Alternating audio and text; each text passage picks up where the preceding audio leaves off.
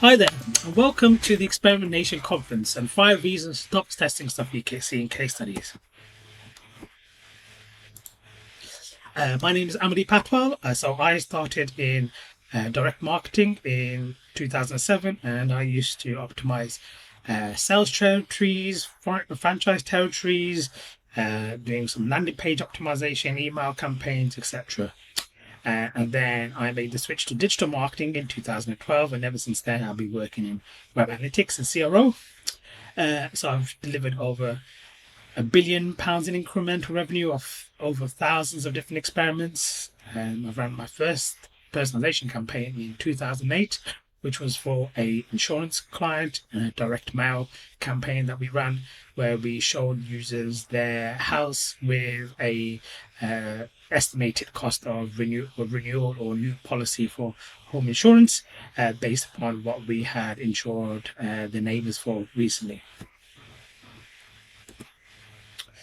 So, before I get into why you shouldn't be looking at case studies, I thought I would touch on why do people look at case studies. So, first of all, it makes ideation much more easy.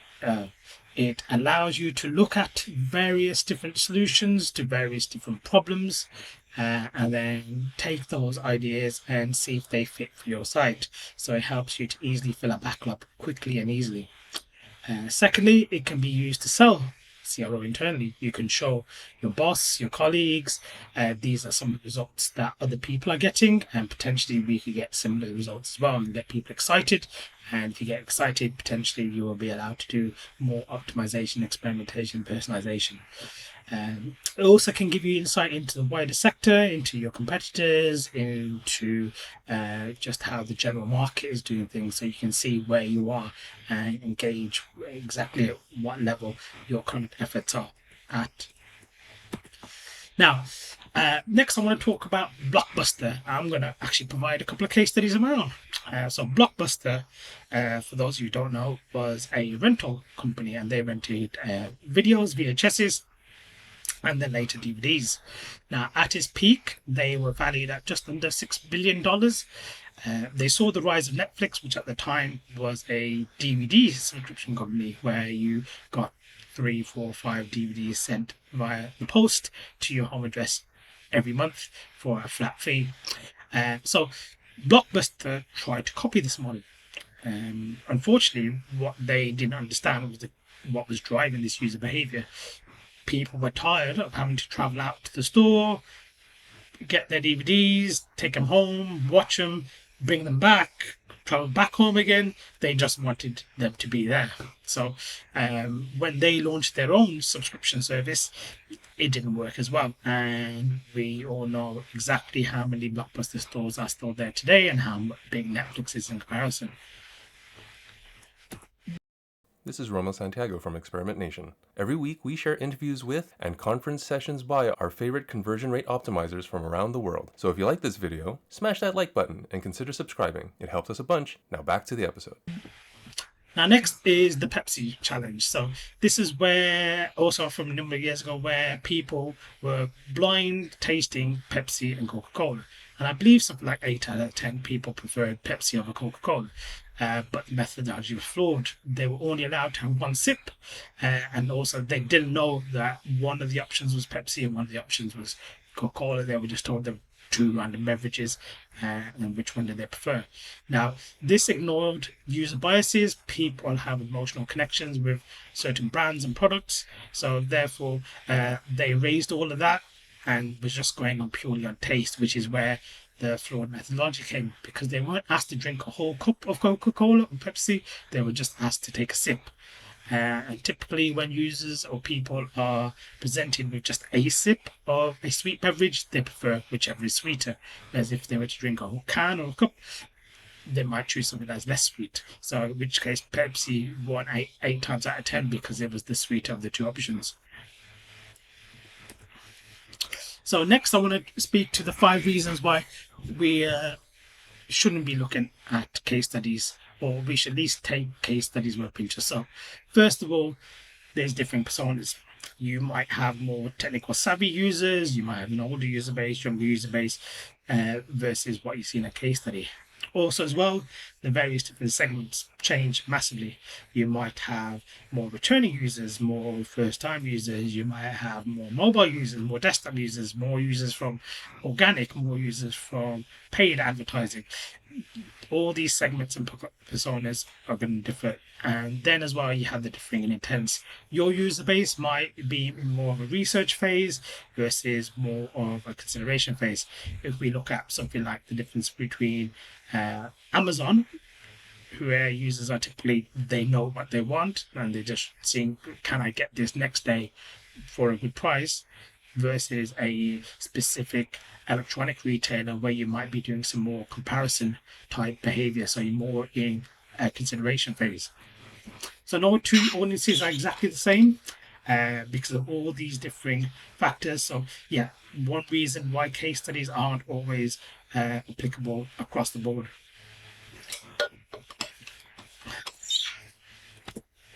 So next is context. So we know audiences are different, but also seasons, conditions are not the same. Even if the same company was to run the same A/B test many weeks or months afterwards, they would find potentially different results, potentially completely opposite results. Also, as well, your site is not the same. It doesn't function the same. It doesn't perform the same way. It doesn't behave the same. Your user problems are not the same user problems that your competitors have, or that other people in case studies may have. You have your own specific set of user problems. Next, you have different features, you have different bugs, contents, USPs, products, etc. All these things are massively different. So therefore, the context is also massively different. Typically as well, when you see a case study, there's a lack of detail on transactions, on users, on segments, etc. They also tend to be fairly light on details on sample sizes, and also you don't get a lot of information on any other issues they might have in terms of SRM, any differences in segmentation. So because of this, it is hard to look at the statistics of study with any kind of rigor. So therefore, the results should always be taken with a pinch of salt, because it is very difficult to run a statistically rigorous A/B test, and when you are not presented with a full set of data, it's very difficult to validate whether an A/B test has been run properly. So next, I want to talk about edge cases. So I would argue that most case studies, if not all case studies, are atypical. The reason for that is the results are great, so therefore they get published, they get talked about, they get shared, they get interaction, etc. Whereas, and nobody puts out a case study where they got a 3% uplift. It doesn't happen. You see 15, 20, 30, 50, 100. Because those are the things that get talked about. And the reason they get talked about is potentially what we're seeing is a very specific solution to a very niche problem. So the odds that we would see the same problem elsewhere are quite low. So this is why I say case studies good for looking at, but potentially they might actually do more harm than good if you were to copy them blindly. Now, finally, are we fixing the wrong problems? When we look at case studies, it was a organization fixing a problem that they had found with their site, whereas you should be spending time fixing things on your site. You should be solving the problems that your users have versus what the problems that another organization's users had. You should be fixing what's broken on your site versus what was broken on someone else's site. You should be looking at solving your users' problems rather than adding features that you've seen somewhere else. So you should be putting your users and your business at the core of what you are doing, rather than trying to blindly copy. Now, but I'm not saying you can't use case studies, but there are things that I think you should take into consideration when you do look at case studies. So first tip is ideation, is to look at case studies in terms of, are they offering a novel solution to a general problem? in which case, yes, that might be something that you could use. So, like, are they using a product selector when people don't really know what product they want, and they're using that to push them down to a higher intent, to get them down to a small subset of products for them to choose. That's one I've typically used in a lot of organizations. You can also use case studies to see what worked, what doesn't work. Does particular solutions work more often than another particular solution to the same problem? So yeah, they can be used in that term as well. And are there multiple solutions to the same problem? So you might have already solved a problem on your site, but actually there's a case study that you just seen. There's another solution. Is that solution better than the one you found? Potentially. Let's take a look. Let's test it. Let's experiment. Let's see what works best. You can also use case studies to do competitive research. So you can see where are they focusing their optimization efforts, where are they spending their time, where are they spending their energy, where do they think the biggest gains are. You can also see what resonates with their audience, what did their audience like, in which case then you potentially have an upper hand and you can maybe borrow some of their ideas and try to steal some of their audience. You can also see how they're leveraging data. So what kind of insights are they generating? What is their technical capability? And how they're conducting research, if they are conducting research. And finally, you can see what kind of results they are achieving. Are they simply getting single-digit uplifts, or are they getting double-digit uplifts? In which case, you can almost see where you are versus them in terms of the maturity of your optimization efforts. Next is you can use case studies to generate a fear of missing out.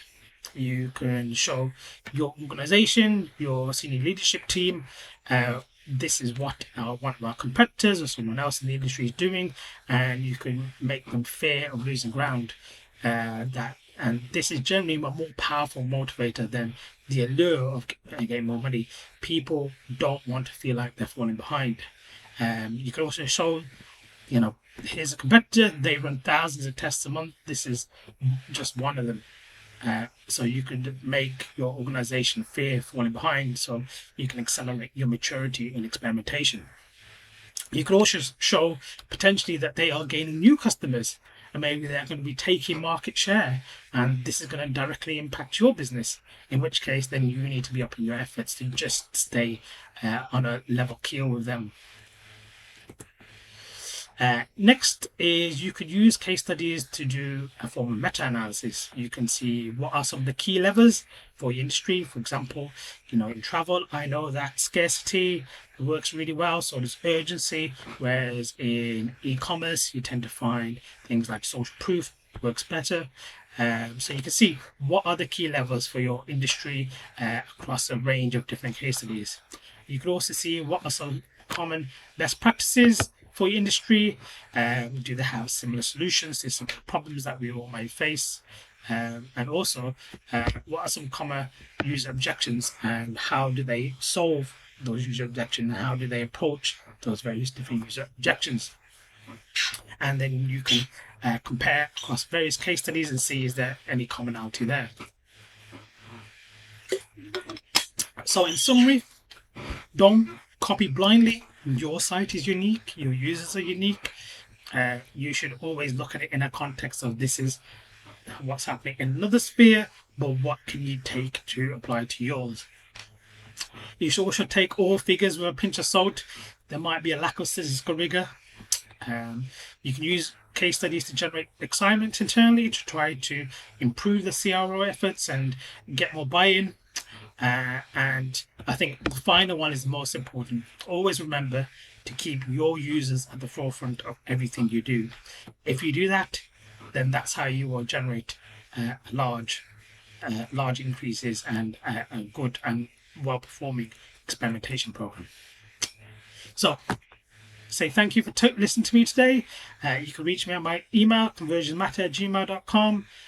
You can also find me on LinkedIn. Always happy to talk about anything analytics, experimentation, CRO. So yes, thanks a lot, and I look forward to speaking to you. Bye-bye. This is Romo Santiago from Experimentation. Every week, we share interviews with and conference sessions by our favorite conversion rate optimizers from around the world. So if you like this video, smash that like button and consider subscribing. It helps us a bunch.